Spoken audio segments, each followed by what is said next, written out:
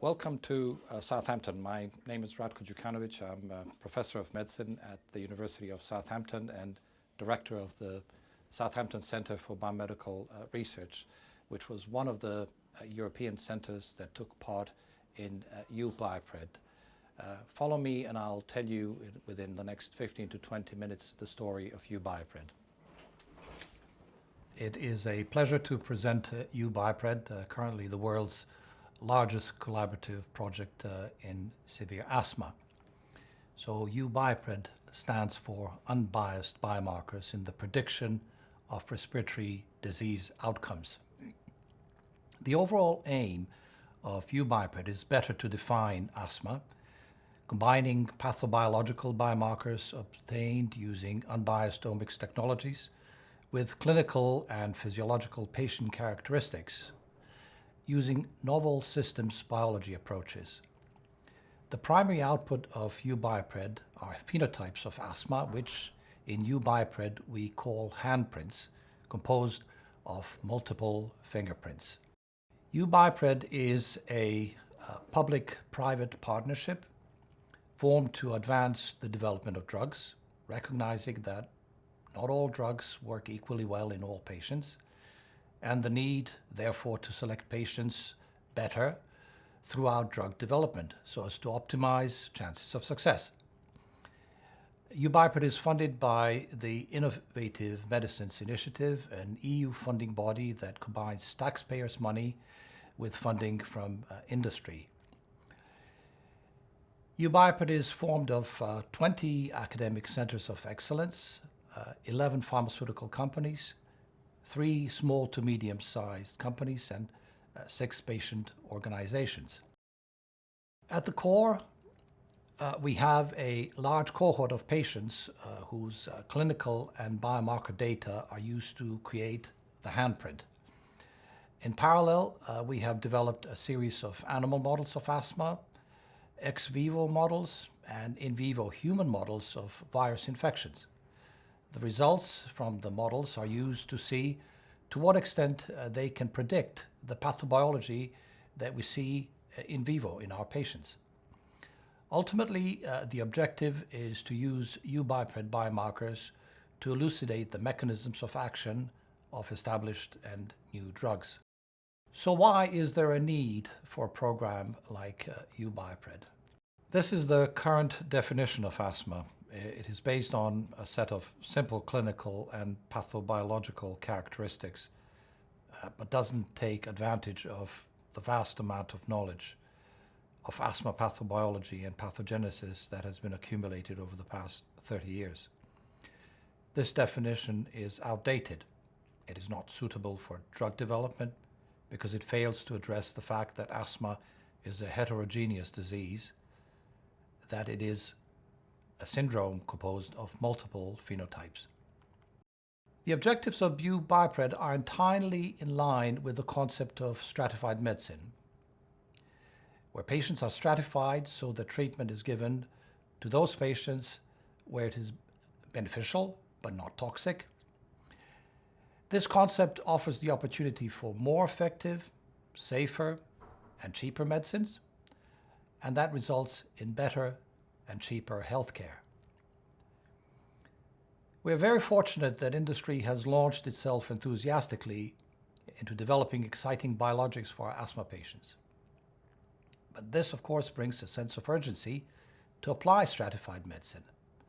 A number of biologics currently in clinical trials will soon be available to us in the clinic, so it'll be very important to know which patient phenotype responds best to which biologic. U-BIOPRED has a large cohort of participants. In addition to 400 asthmatic children, we have 600 adults, of which more than 400 have severe asthma. The details of this cohort will soon be available in our publication in the European Respiratory Journal.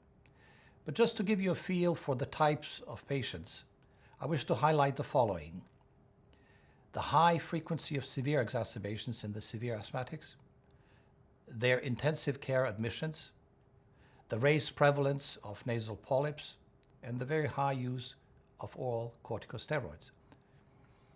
In U-BIOPRED, we have used several sampling methods, most of which are non-invasive, but we have also used bronchoscopy to collect bronchial biopsies and epithelial brushings. We have applied state-of-the-art omics methods to these samples. As you can see, these are listed on the right and consist of GWAS analysis to identify asthma susceptibility genes, transcriptomics for gene expression, mass spectrometry for proteomics, lipidomics, and proteomics, and the very exciting eNOS technology and GCMS mass spectrometry used as a very easy and non-invasive, totally non-invasive means of sampling the airways. All of these methods are unbiased because they do not pre-select any particular biomarker for analysis of the samples collected. The delivery of U-BIOPRED has been complex, and this slide depicts that complexity. We begin with the creation of a large cohort, collection of samples, and acquisition of data using our omics platforms. All of this has required dedicated quality control to ensure high-quality data sets. The acquired data were then placed into a knowledge management platform called Transmart, a cutting-edge platform where multiple data types can be housed and interrogated.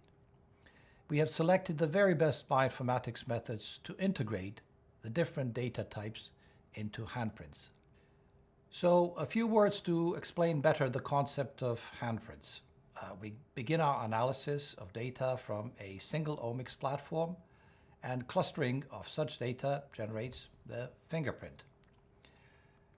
We then generate the various fingerprints to produce a handprint.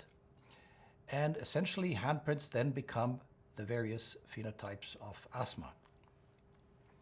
In the end, we expect to produce several handprints. Exactly how many is at present uncertain. So how do we actually go about constructing fingerprints and handprints, and what do they actually look like?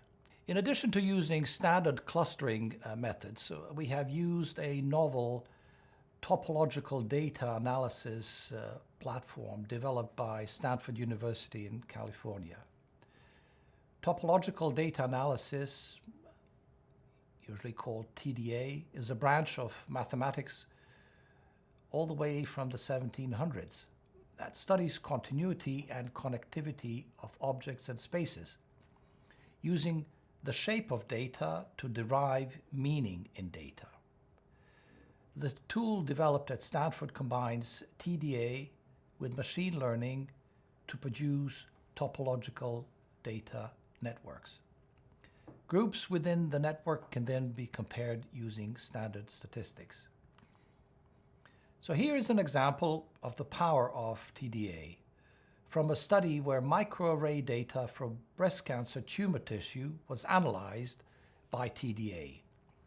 Each node that you see in this rather large network is a cluster of patients with similar gene expression. In this study, TDA was applied to the microarray data, and this identified significant differences in survival rates. So you can see the excellent survival rates in the bottom flare on the right. Interestingly, survival was not related to estrogen receptor gene expression, but was instead associated with other gene pathways not normally associated with tumor prognosis. I will now show you some examples from U-BIOPRED.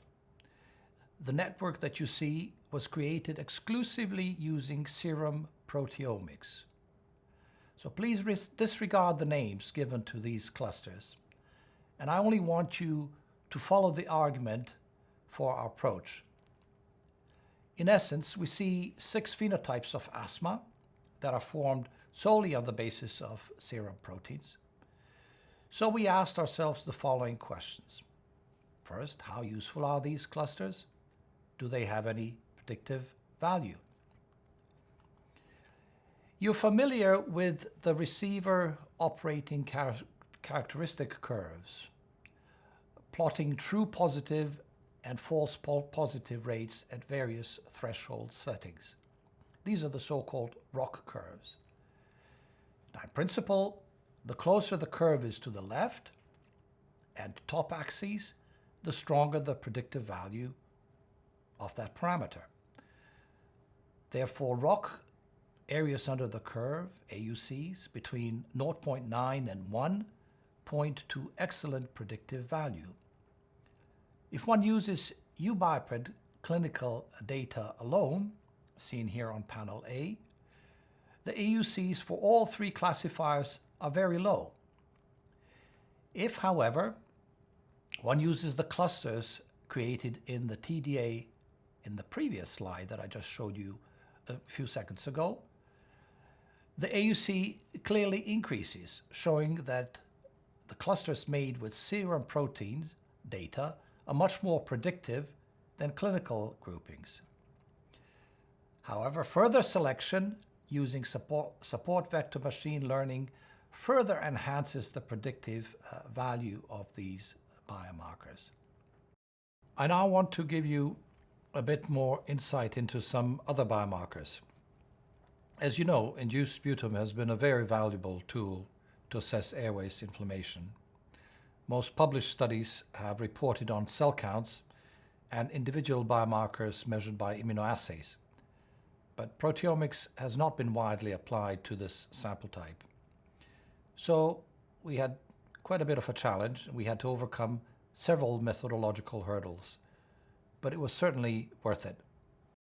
So please focus for a moment on the right panel on this slide. Here we see a TDA network created with proteins detected by unbiased proteomics. In other words, by applying mass spectrometry to the sputum samples to identify all the detectable proteins. On the left, the same proteins can be seen to be clustered by standard consensus clustering.